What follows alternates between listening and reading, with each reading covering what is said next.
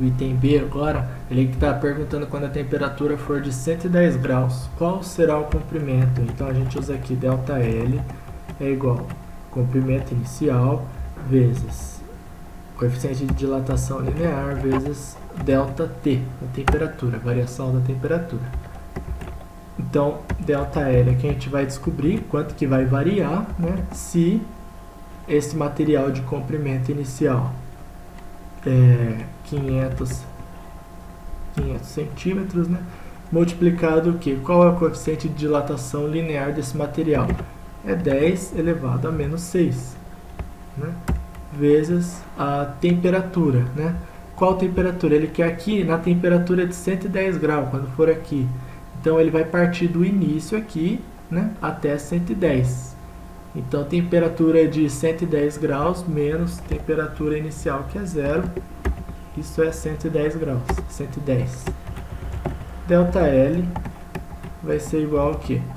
500 vezes 10 a menos 6 vezes 110. Isso dá 0,055, o que? Centímetros. Bom, essa vai ser a variação, né? Isso é o que vai aumentar do comprimento inicial. Tinha 500, né? Variou de 0,055 a mais. Subiu 0,055 a mais. Ou seja, né, ΔL é igual a comprimento final menos comprimento inicial. O ΔL é 0,055, que é igual ao comprimento final menos comprimento inicial, que é 500. Então, sendo assim, L é igual a 500 mais 0,055. L é igual a 500,055 centímetros. Esse vai ser o valor da questão B.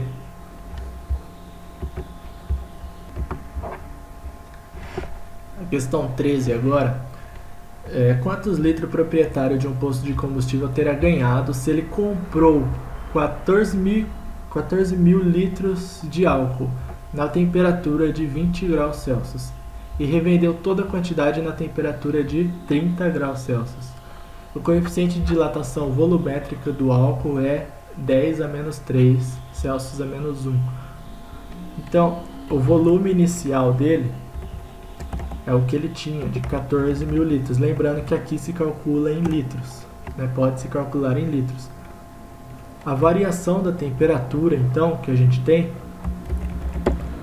né, é a temperatura final, 30, menos a inicial, que é 20. Né? Então, o nosso ΔT é igual a 10. Né? Ele teve um ganho de 10 graus aí.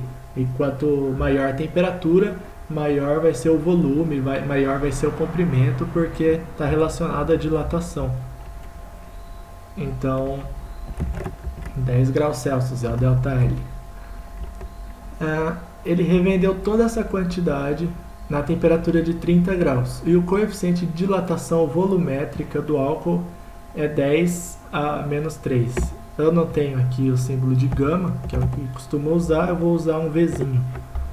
É igual a 10 elevado a menos 3 graus Celsius a menos 1. Bom, agora a gente calcula aqui quanto que ele vai ter ganhado. Então, ΔV, né, variação do volume, é igual a volume inicial multiplicado pelo coeficiente de dilatação volumétrica multiplicado por ΔT, variação de temperatura. ΔV, então, a gente tem que 14 mil do volume inicial vezes a dilatação, que é 10 elevado a menos 3, né, multiplicado pela variação de temperatura, que é 10. Agora a gente tem aqui ΔV é igual, a gente faz essa multiplicação de 14 mil vezes 10 a menos 3 vezes 10, a gente tem aqui que são 140 litros. Ou seja, quando subiu 10 graus, rendeu 140 litros desse volume de 14 mil litros aqui de combustível que ele comprou. A 14 eu vou pular porque é uma questão mais teórica, né? Então o que eu fosse falar aqui é o que realmente é o que está escrito, então eu acabo pulando ela aqui. Questão 16. Para esterilizar certas ferramentas, utiliza-se água no estado líquido a 150 graus. Como essa propriedade é obtida? Consulte uma tabela de propriedades termodinâmicas da água e encontre a pressão necessária em atm. Então, na nossa temperatura, na nossa pressão atmosférica, a gente está acostumado a saber que a cerca de 100 graus a água já está entrando no estado de ebulição, ela já está se evaporando. Então, a 150 graus, o que a gente tem que fazer? A gente tem que aumentar a pressão, né? E para quanto que a gente aumenta essa pressão? Por isso ele pediu aqui para consultar uma tabela de propriedades termodinâmicas. Basta pesquisar isso no Google, a tabela de propriedades termodinâmicas, e a gente tem ela aqui, ó. Isso daqui a gente tem várias relações: temperatura, pressão, volume, altura, né?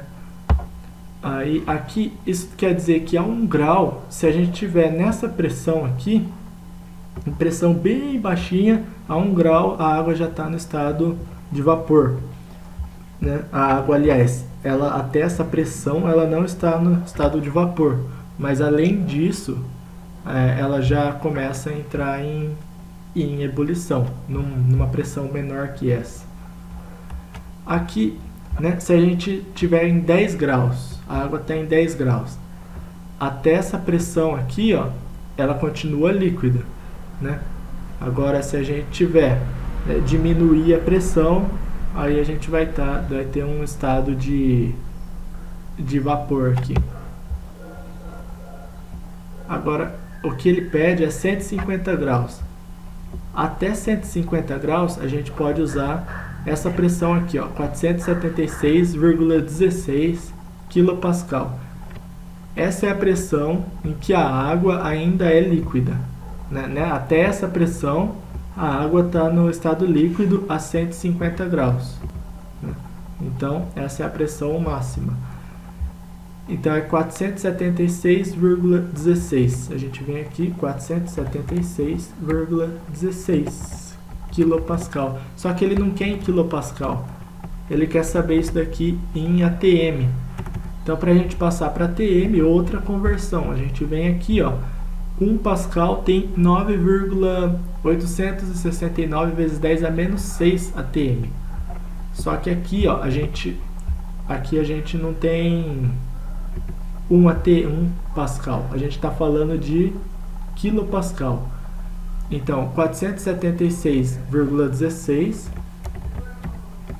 a gente multiplica isso por 9,869 vezes, ali falava vezes 10 a menos 6. Só que como a gente está multiplicando quilopascal, ou a gente multiplica 10 a menos 6 do jeito que está, e a gente aumenta aqui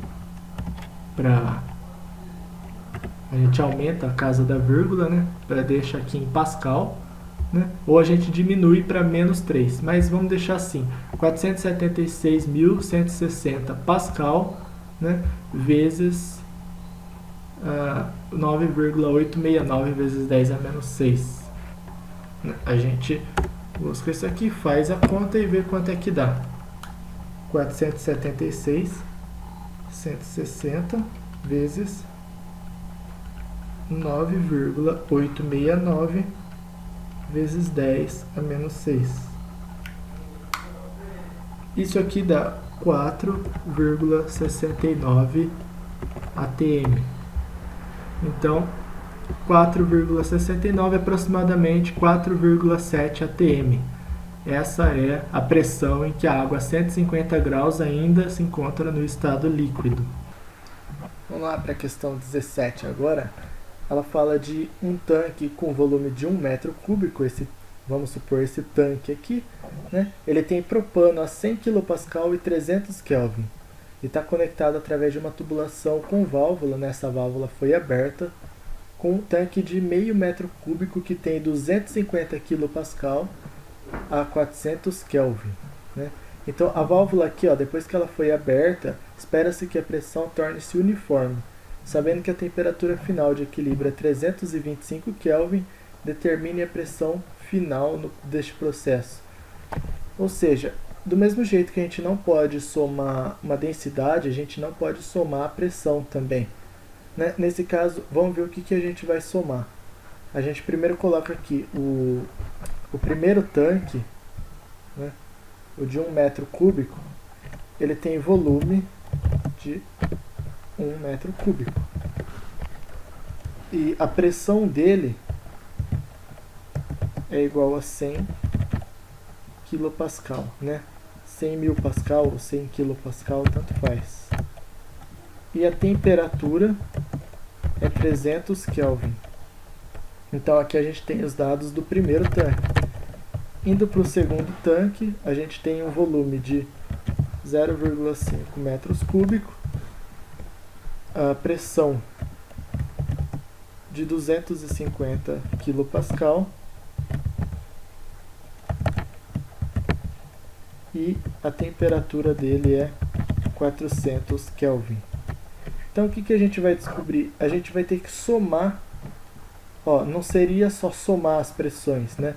Ou somar a pressão e dividir por 2 para descobrir qual que é a pressão final. Não, a pressão, para a gente descobrir, a gente tem que fazer o seguinte: primeiro a gente tem que ter todos os dados, e a gente não tem todos os dados aqui, que a gente vai relacionar com aquela fórmula de pressão vezes volume é igual número de mol vezes constante dos gases vezes temperatura.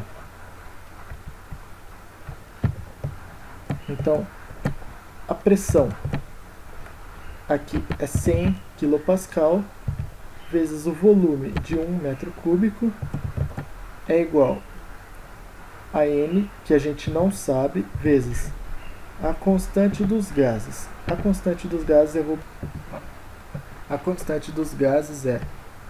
8,3145 vezes a temperatura aqui, que é de 300 Kelvin.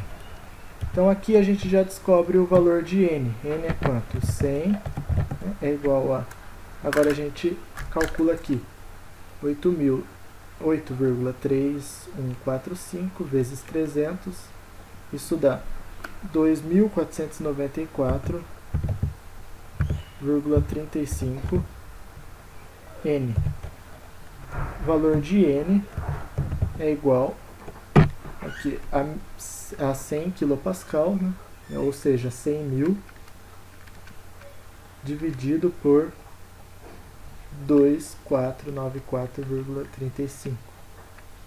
O resultado disso daqui é 40,09 mols. Bom, 40,09 mols é o que a gente tem no primeiro tanque.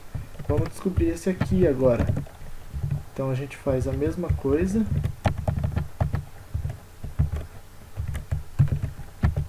E a gente descobre usando esses dados aqui. Vamos usar aqui pressão 250 mil pascal vezes 0,5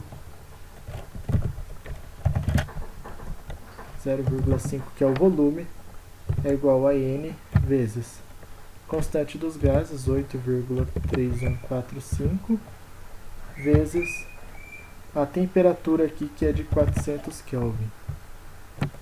Então aqui a gente tem 125 mil é igual a gente faz essa conta aqui agora, 8,3145 vezes 400 é 3.325,8 N. N aqui então é igual ao que? 125 mil dividido por 3325,8. O resultado aqui de N vai ser igual a 37,25. 58 mols. Pronto, agora a gente tem todos os dados que a gente precisa para calcular qual que vai ser essa pressão final. Essa pressão final vai ser vezes o volume final, igual a constante dos gases, a soma das constantes dos gases, né? Ou seja, então a gente vai juntar os gases dos dois tanques, mas aliás, o número de mols a gente vai somar, vai multiplicar pelos gases, a constante do gás ideal. Bom, voltando aqui, tinha o pessoal chamando aqui, eu vi que iam entrar, então eu resolvi parar. Só retomando, pressão vezes volume é igual a número de mols vezes constante dos gases vezes a temperatura. Os dados que a gente tem é o que a gente vai usando conforme a gente vai resolvendo. Essa pressão, não se assustem, PF, VF, eu coloquei pressão final, volume final. Aqui a soma da constante do número de mols, né? E aqui a constante dos gases ideal e a temperatura. Então, nada mais é que a pressão vezes o volume. Qual que é o volume? Se aqui a gente tem 1 metro cúbico na primeira e meio metro cúbico na segunda, então a gente pode somar os dois volumes. Por quê? Porque se foi aberto, o volume aumentou. Passa a não ser só isso mais, e nem só isso.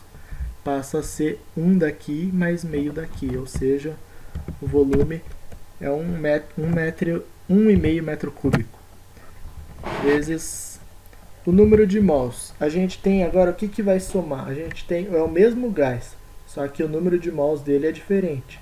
Uma quantidade aqui, outra quantidade aqui. Abriu, somou-se esses números de mols. A gente pode somar, é a mesma coisa que a gente somar a massa. A gente está somando o número de mols. Então, o primeiro a gente tem 40,09 mols e o segundo a gente tem 37,58 mols. A constante dos gases é 3,31, aliás, 8,3145 vezes a temperatura final. Ele fala que a temperatura de equilíbrio é 325 Kelvin, então a gente usa ela aqui, 325 Kelvin. Isso vai dar 1,5 P, vai ser igual ao quê? Aí é só a gente fazer agora essa conta aqui, 40,09 mais 37,58 multiplicado por 8,3145 multiplicado por 325. Isso daqui dá 209.880,84.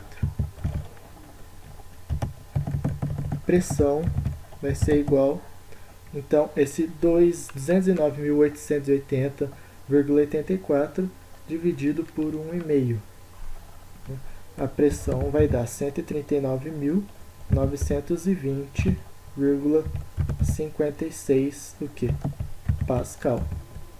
Ou então, essa pressão pode ser chamada de 139,9 quilopascal. Também está certo, assim como o gabarito que foi passado aqui.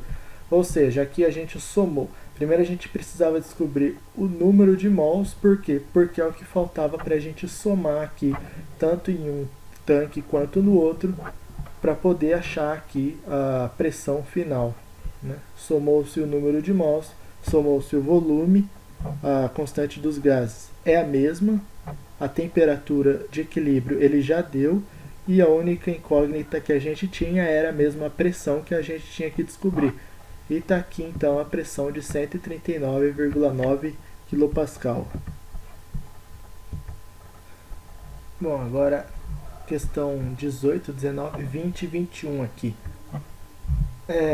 Tudo teoria também, é 18 no que se baseia a primeira lei da termodinâmica, né, que é uma lei baseada na conservação da energia, né? Não tem muito o que falar aqui, é só isso. A pergunta é essa, a resposta é essa. A 19. Uma bomba de encher pneu de bicicleta é acionada rapidamente, tendo a extremidade de saída do ar vedada. Consequentemente, o ar comprimido indo do estado 1 para o estado 2. Aqui está o estado 1 e aqui está o estado 2, conforme mostram as figuras a seguir. Por mais que fique complicado descobrir aqui qual é a alternativa certa, por que ela é correta, é fácil a gente descobrir que as outras estão erradas. Por quê? Porque a alternativa A fala que é isotérmica porque a temperatura do ar não se altera. Aqui dentro, se a gente aumenta a pressão, se a gente diminui o volume, a pressão aumenta e a temperatura também aumenta. Então está errado, a temperatura aqui no ar se altera sim. A temperatura aqui dentro se altera. Adiabática, porque praticamente não há troca de calor com o meio exterior. Essa daqui está certo, ela não tem troca de calor com o meio exterior. Por quê? Porque é uma compressão que foi tão rápida que não teve tempo dela se expandir. Aqui o ar aumentou a temperatura, mas não deu para passar por convecção aqui na bomba e o calor se expandir, nem nada disso. Então não deu para o calor ser trocado com o meio exterior. Né? Ela é adiabática. E isobárica, porque a pressão do ar não se altera. Se diminui o volume, aumentou a pressão, então alterou. Isométrica, porque o volume do ar se mantém. Não se mantém. Aqui está um volume maior e aqui um volume menor, comprimido. Então, alternativa certa, alternativa B. Questão 20. Tendo uma amostra do gás ideal em expansão isotérmica, é correto afirmar que, né, quando a gente tem expansão isotérmica, a gente tem o seguinte. Aqui, deixa eu passar isso daqui para 16. A gente tem que ΔU, né, nosso ΔU, não varia. ΔU é igual a zero. E a fórmula que a gente usa, né, ΔU é igual calor menos trabalho. Então, vamos lá para as alternativas agora. O trabalho realizado pelo gás é igual à variação da energia interna. Bom, trabalho realizado pelo gás aqui é igual à variação da energia interna? Não, de jeito nenhum, porque a energia interna aqui é zero, a energia interna é igual a zero. Não vai ser igual a ninguém. Então, a alternativa A está errada. O calor realizado pelo gás é igual ao calor absorvido pelo mesmo. Bom, se ΔU é igual a zero, zero é igual ao calor absorvido menos calor realizado pelo gás, trabalho. Então, calor é igual ao trabalho. A questão B está correta, então, alternativa B. O trabalho realizado pelo gás é igual ao calor absorvido pelo mesmo. Trabalho é igual ao calor. Então, o calor absorvido pelo gás é nulo? Não, o calor não vai ser nulo. O calor não é igual a ΔU. A energia cinética média das moléculas do gás aumenta? Não, não aumenta a energia cinética. Aí, aqui a alternativa E. Nenhuma das alternativas acima estão correta. A alternativa B está correta. Então a E também não está correta. Então a gente tem aqui que a alternativa B está certa. Questão 21 agora. Uma certa amostra gasosa recebe 500 calorias de calor trocado com o meio externo e realiza um trabalho igual a 200 calorias. O que a gente tem que lembrar? Trabalho. Quando um sistema realiza trabalho, o trabalho é positivo. Então, 200 calorias, positivo. E quando ele recebe, né, recebe calor, o calor é positivo. 500 calorias.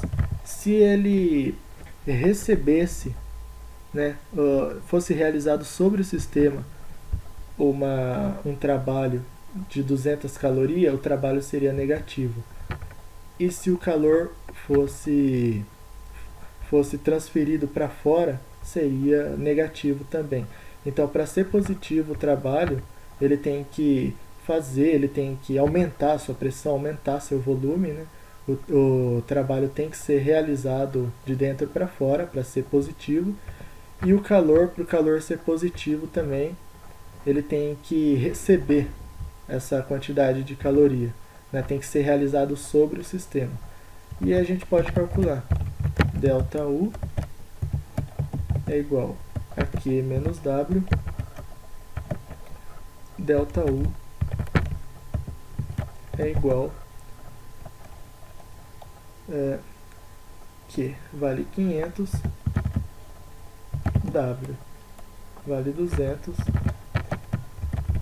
delta U é igual a 300 calorias. Bom, a variação da energia interna, então, apesar de aqui estar 300 joules, é 300 calorias, porque a gente calculou aqui em calorias, aqui também em calorias. Então, a variação de energia interna é 300 calorias. Questão 22 agora, ela fala o seguinte: um sistema inicialmente em repouso sofre um processo no qual recebe uma quantidade de trabalho igual a 200 kJ. Ou seja, ele recebe uma quantidade de trabalho. Quando ele transfere para o ambiente o trabalho, aí o trabalho é positivo. Quando ele recebe uma quantidade de trabalho, esse trabalho é negativo. Quando sobre o sistema é realizado o trabalho é negativo. E durante o processo, o sistema transfere para o meio ambiente uma quantidade de calor igual a 30 kJ. Ou seja, o calor foi feito para ser transferido sobre o sistema, não do sistema para o meio ambiente. Se ele perdeu o calor, se ele transferiu o calor para o meio ambiente, ele perdeu o calor. Se ele perdeu o calor, também é negativo. 300 kJ, negativo. Determine a variação da energia interna durante esse processo em kJ. Ele quer saber ΔU, a variação da energia interna, quanto que é. Então esse ΔU vai ser igual a Q, calor menos trabalho, ΔU vai ser igual, o calor é menos 30,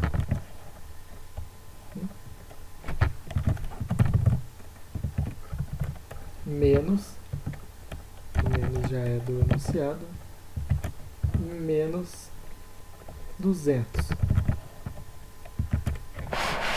Então, ΔU vai ser igual a menos 30 mais 200. ΔU vai ser igual a 200 menos 30, 170 kJ. Essa é a resposta da variação da energia interna, então, nesse caso, 170 kJ. A questão 23 ela é grande, mas ela não é uma questão difícil de ser feita. Ele considera um cilindro pistão com 10 mols de um gás perfeito. Através de uma transformação isobárica, o sistema executa um trabalho descrito pelo gráfico abaixo. Determine a variação de energia interna do sistema. Ele está falando isobárica aqui, mas é um erro do enunciado, porque não tem nada de isobárico. Isobárico é quando a gente não tem alteração na pressão. E aqui pode ver que a pressão aumenta, né? Então, daqui acontece o seguinte: pressão vezes volume é igual a número de mols vezes constante dos gases vezes temperatura. A pressão, vamos usar então a primeira pressão. Qual que a gente usa? Vamos usar essa daqui, ó. Lembrando que todas elas, as duas estão elevado a 10 a quarta, então multiplicado por 10 a quarta. Então, a pressão aqui 6 vezes 10 elevado a 4 vezes o volume. Qual que é o volume aqui? Bom, o primeiro volume aqui é esse eixo X aqui, 0,2 metros cúbicos. É igual N, quanto que é N? N ele já deu aqui em cima, ó. N é número de mols. São 10 mols vezes constante dos gases, que é 8, vezes o que a gente precisa achar, que é a temperatura, né? Então essa conta vai dar 6 vezes 10 a quarta vezes 0,2 dá 12.000. É igual a 80 T. T é igual a 12.000 dividido por 80. Então aqui a gente tem que temperatura, a primeira temperatura aqui é 150 Kelvin. A temperatura dessa pressão com esse volume é 150 Kelvin. Agora vamos descobrir a outra, né? Pressão vezes volume é igual a número de mols vezes constante dos gases vezes temperatura. A segunda pressão, então, que a gente tem aqui é essa maior aqui, 10 elevado a 10 a quarta. Então a gente pode, ou a gente coloca 10 vezes 10 elevado a quarta, ou a gente pode pôr direto 10 elevado a quinta, não tem problema, mas vamos deixar assim mesmo. Vezes o volume. Qual que é o volume que se refere a essa pressão? Se a gente vier aqui, é o 0,6 metros cúbicos. 0,6.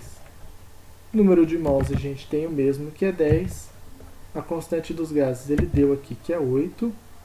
E a temperatura é o que a gente precisa achar. Então aqui vai ficar 10 vezes 10 a quarta, né, que é 10. É mesmo que 10 elevado à quinta, vezes 0,6. Isso dá 60.000. É igual a 80 T. Então T, nesse caso aqui, vai ser igual a 60.000 dividido por 80, que é 750 Kelvin. Bom, essa é a temperatura agora, onde a pressão aumentou aqui. A temperatura, então, aqui aumentou bastante. Agora, o que a gente vai descobrir? O que se pede? Aqui está pedindo a variação da energia. É unicamente o que o exercício está pedindo. Para a gente calcular a variação da energia, nesse caso aqui, com os dados que nós temos, é ΔU é igual a 3 sobre 2 vezes número de mols, vezes constante dos gases, vezes a temperatura, né? Bom, agora, deixa eu só dar uma pausa. Eu tinha pausado aqui porque eu me confundi na temperatura.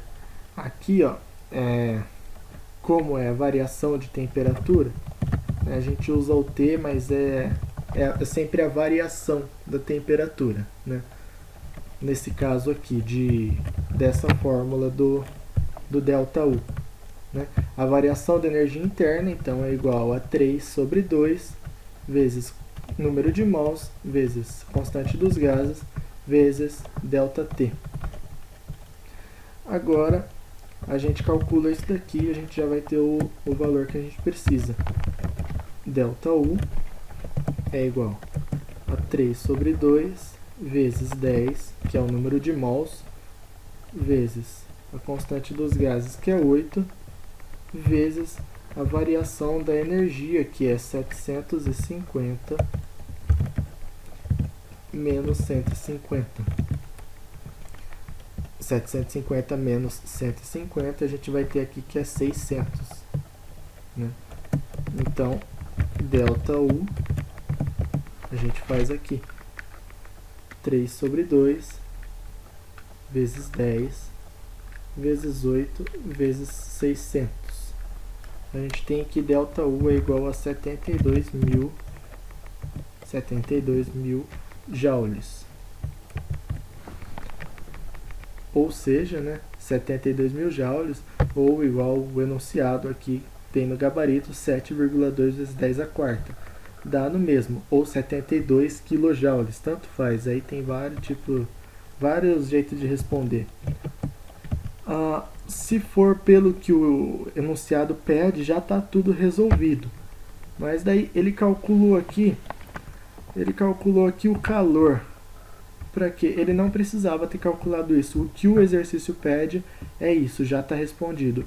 A variação da energia interna do sistema. Mas vamos calcular aqui então o calor que ele pede, né? O calor que ele dá. Para a gente calcular, primeiro a gente vai calcular o quê? O trabalho. O trabalho executado é a mesma coisa que a área disso daqui, né? Isso aqui, a área disso é a mesma coisa que o trabalho. Então a gente tem como que a área disso daqui é a base menor, né, a altura menor, na verdade, mais a altura maior, né, essa altura aqui, pequenininha, mais essa altura, né, multiplicado pela base, né, essa base aqui, tudo isso, né, tudo isso aqui dividido por 2. W então vai ser igual ao quê? Altura menor, quanto que a altura menor é 6, mais a altura maior, né? Essa altura maior aqui é 10, multiplicado pela base, a base de 0,2 para 0,6, a gente tem aqui nesse intervalo que a base é 0,4. Então, 0,4. Opa! 0,4. Tudo isso aqui, né, a gente divide por 2. A gente tem com essa conta que o trabalho é... Bom, como o 6 e o 10 que eu usei, eles estão elevados a 10 a quarta, né, a gente pode fazer isso aqui, ó. 1, 2, 3, 4. 1, 2, 3, 4. Porque eles estão elevados a 10 a quarta. A gente faz o cálculo disso daqui. 6.000, né? Na verdade isso é 60.000 mais 100.000 vezes 0,4 dividido por 2 é 32.000 joules. Esse é o trabalho. Muito bem. Agora, para descobrir como que ele chegou nesse Q, a gente usa aqui delta U é igual a Q menos W. Delta U a gente já sabe ali que é 72.000. O Q a gente não tem, a gente quer descobrir.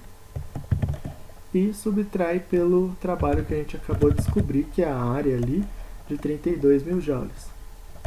Bom, o Q agora nada mais é do que 72.000 mais 32.000, que vai ser igual, a gente faz a conta aqui, 32.000 mais 72.000, 104.000 joules, ou seja, né, 10,4 elevado a 10,4 vezes 10 a quarta joules. Essa é a resposta do B. Bom, tá aqui tá terminando aqui a primeira lista de termodinâmica. Qualquer dúvida, só chamar lá no WhatsApp.